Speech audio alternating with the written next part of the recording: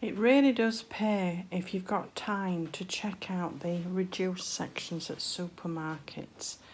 I actually went to Tesco's just for some milk, called in there, and I got this. It's the same as everywhere else, £1.45 for 4 pints, and I got the bread reduced from £1 to 67p. It's 4 o'clock in the afternoon. But when I went to look at the reduced section, look at this. All these seeds had been reduced. And this is what I picked. I've got some rocket, some beetroot, some coriander, some cress and some spinach. And you know, they've all got really good dates on them. Let's turn them over.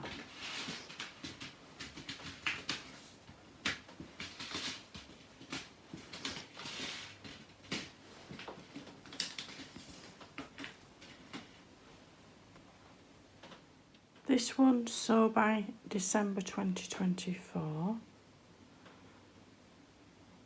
December 2026, December 2024, what's that one? December 2025, and this one, December 2025.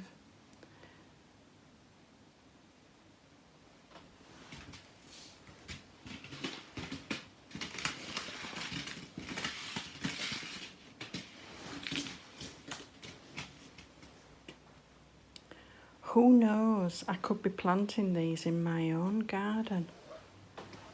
You never know, let's just put that out to the universe. And I did add it up, and those seeds would have cost £11.95, and they actually cost 65p.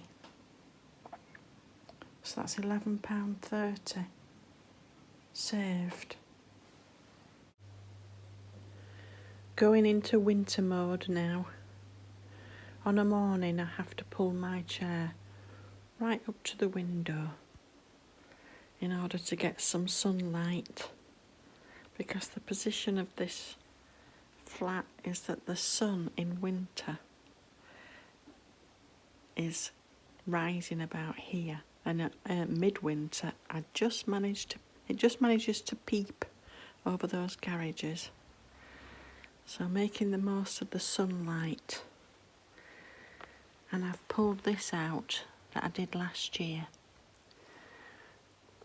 The year before last year, I actually just put some cardboard behind this radiator to try and reflect the heat and to stop it going into the wall. And then somebody was putting in the recycle bins this insulation.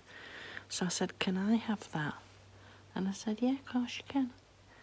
So I stapled it onto some cardboard, and I've got it just slightly higher, so my curtains, when I pull my curtains, they're just tucked behind, trying to retain as much heat as possible. And talking of going into winter mode, look. This is the Venus flytrap.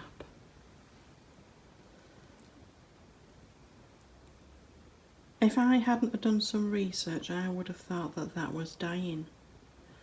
But actually, from what I've been reading and watching videos about, it goes dormant in winter, and you do get some leaves going black. Although I'm not totally convinced. I think this plant could have been a bit too young, because it gets very cold on this windowsill. But its natural habitat, it does coat with snow and ice. Anyway, we'll see. We'll leave it there. I keep popping it on my windowsill to get some rainwater on it.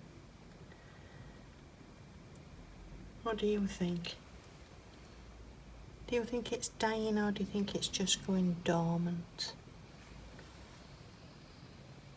The flower on the mother-in-law's tongue's not opened yet, but I did see this. Some of the bottom flowers look to me to be going a little bit brown in colour. I wonder if they do that before they open.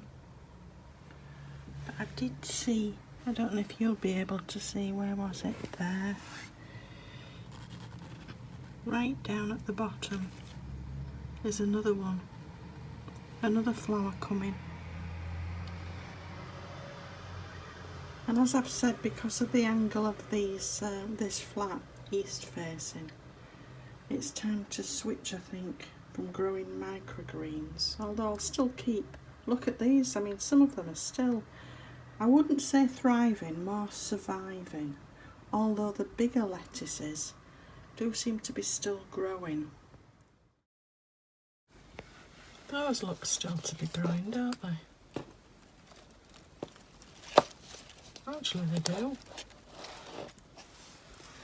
And this, I just keep picking the odd leaf, but they're not getting, I keep saying they're past the best.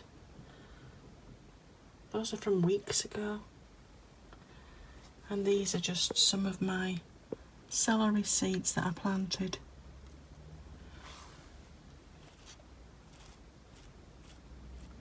But as I say, in the winter months I like to sort of switch to sprouting seeds. And lentils, green lentils sprout easily.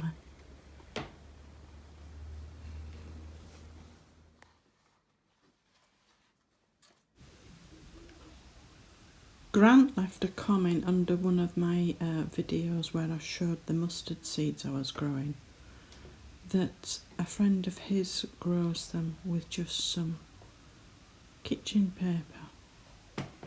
So that's what I'm trying here. And you know, I do seem to remember at school, do you, where we used to grow mustard seeds and cress, mustard and cress. I think that was on, was it on cotton wool? Something like that. So that's what I'm going to do. I'm going to give it a try.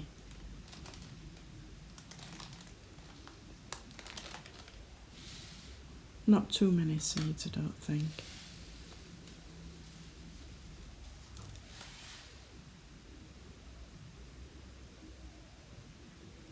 Just a couple of teaspoons.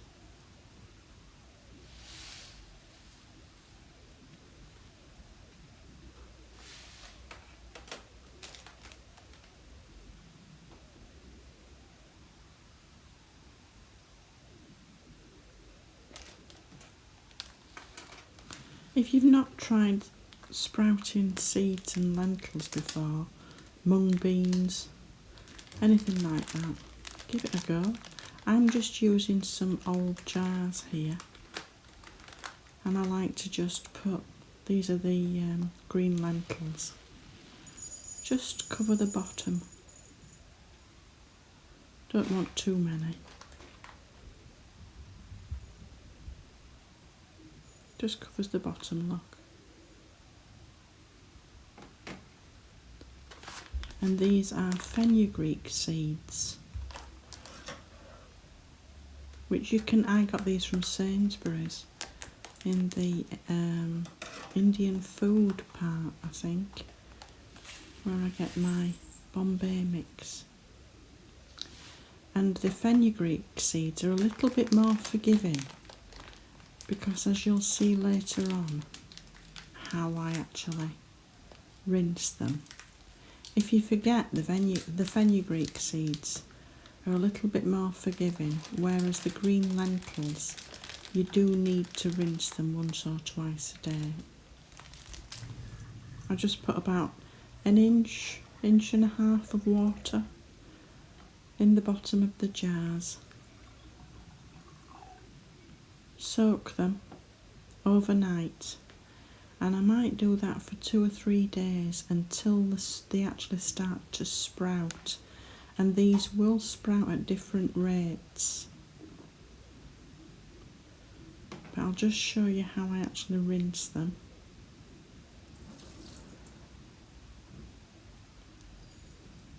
Just twice a day. morning and night.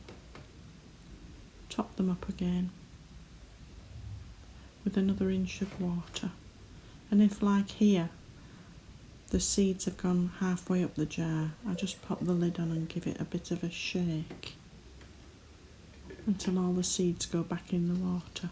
I don't put the lids on tightly, I just leave them on top.